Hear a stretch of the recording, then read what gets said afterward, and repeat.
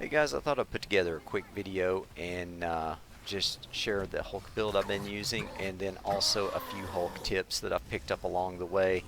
Some I've discovered, and then some were given to me by Joe Faxit on the Discord.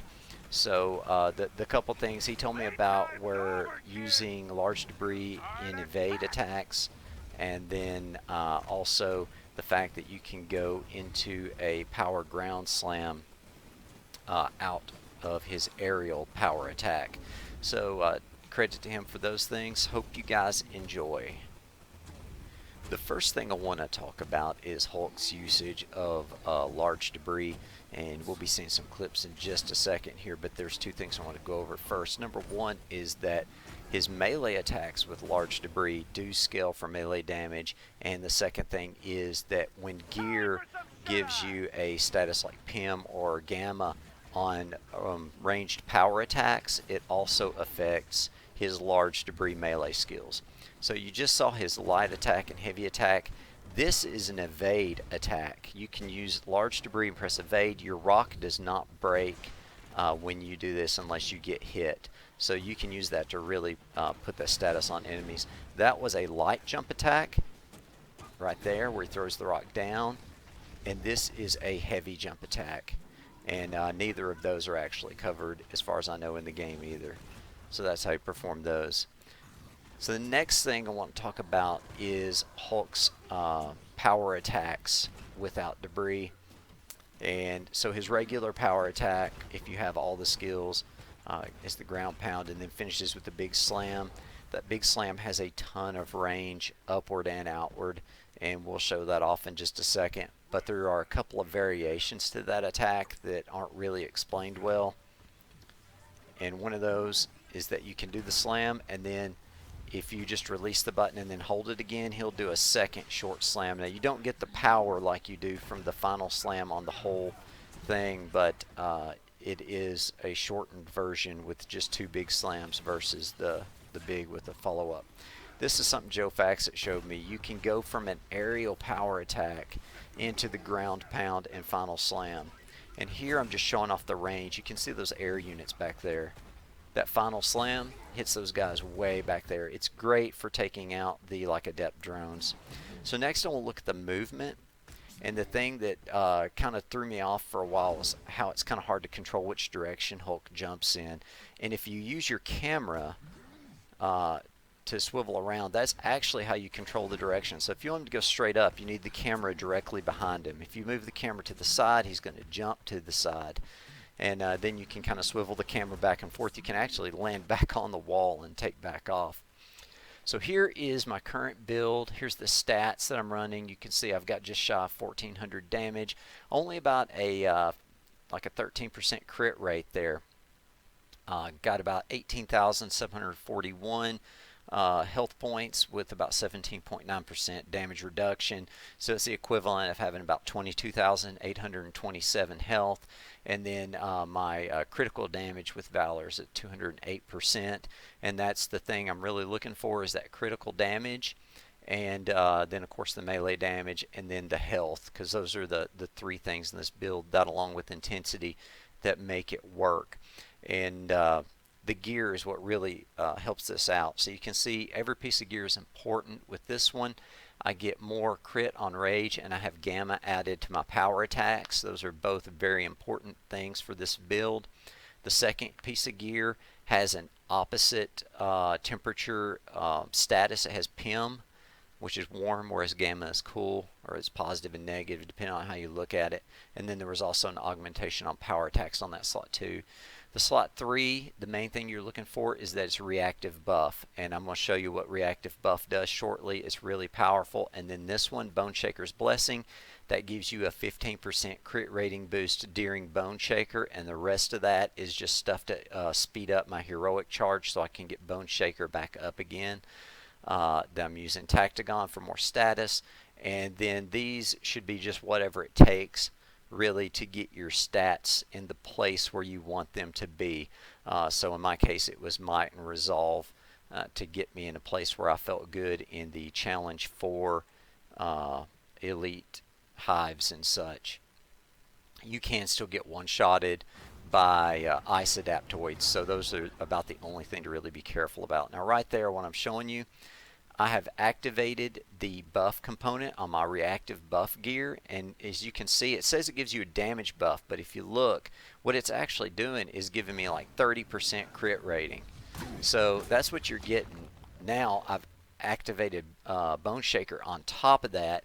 You can see that my crit rating's now over 60%, so that's the Bone Shaker's blessing and the reactive buff both activated at the same time, which is actually pretty common with this build. So that's the reason I use that gear, and when that stuff's all fired up, or if you're using Rage, you get the 15% the same as Bone Shaker. The other thing Bone Shaker does, it gives you a period of being uninterruptible. So I usually use that to go into a power attack, especially when surrounded by a large number of enemies. And you can see it just wreaks havoc. This is a Challenge 4 Elite Hive. Got a few adaptoids and cryo bots in here.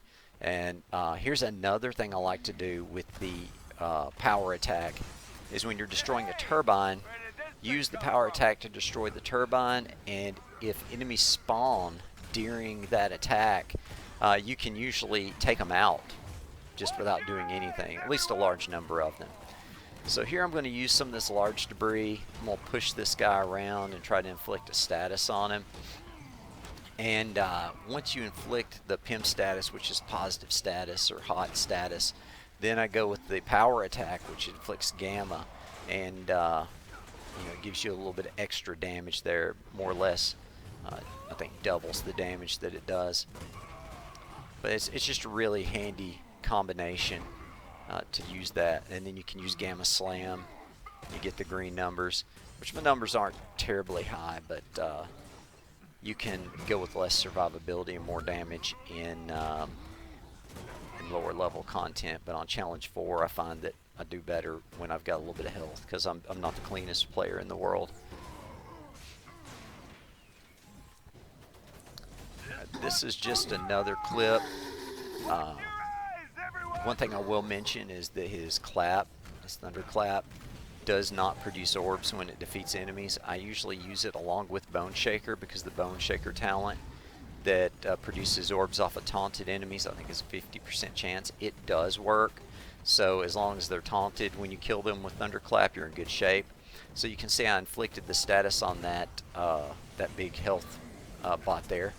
Now I'm going to go into this power attack, and during the process of that power attack, I did roughly 100,000 damage to that bot, so it's pretty nice. Now this is the last floor of a Challenge 4 Elite Hive. It's the bottom floor. I always take out the turrets first, just because if I don't, it doesn't ever seem to go well. Can't really explain that. I think that it has as much to do with the AI as anything. I think they get killed and distracted by them, which the AI dies a lot anyway. Anyway, Bone Shaker into Thunderclap, putting out some nice damage. Then I go into a Ground Slam. I do take quite a bit of damage right here, and just barely save myself with his Assault Heroic,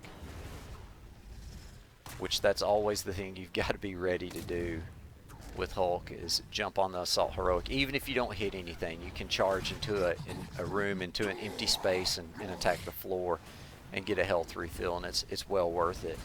And that's why I take the extra charge as the augmentation on that ability.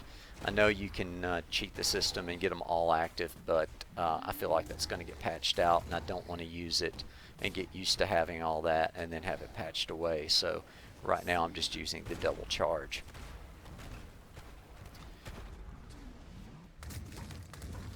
Alright, so I'm going to go back and review a few things, and then a couple things I left out. The first thing, the Dreadbot that I used the large debris to put the pimp status on, and then use the heavy power attack to inflict gamma damage on top of that. The total damage on that heavy power attack ended up being 132,546.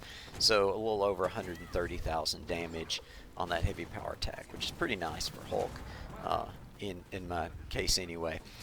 So then the other things, there's a little bit more utility on the heavy power attack that I forgot to mention when I was talking about that.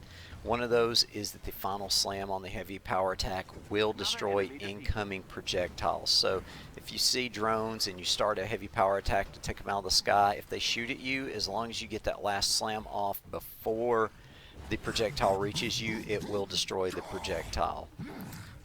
Then the other thing I like to do with the heavy power attack is on vault missions. Once you secure a point on the vault, whichever number it is next in the sequence, you hit that number. You know there's always enemies that appear in the room with you.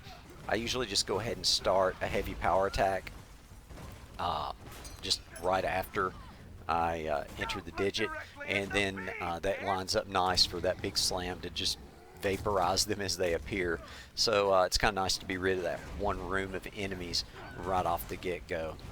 In any case, I hope something in here was informative. It's just a lot of stuff that that maybe wasn't obvious to me, so I thought maybe it's not obvious to somebody else, and it really helped my Hulk game, and I've had a lot of fun playing this character, and I really don't know if I'm going to be able to stop playing him in order to play anybody else or not. I just really enjoy him. So you guys have a good day, and if I do another, I will see you next time.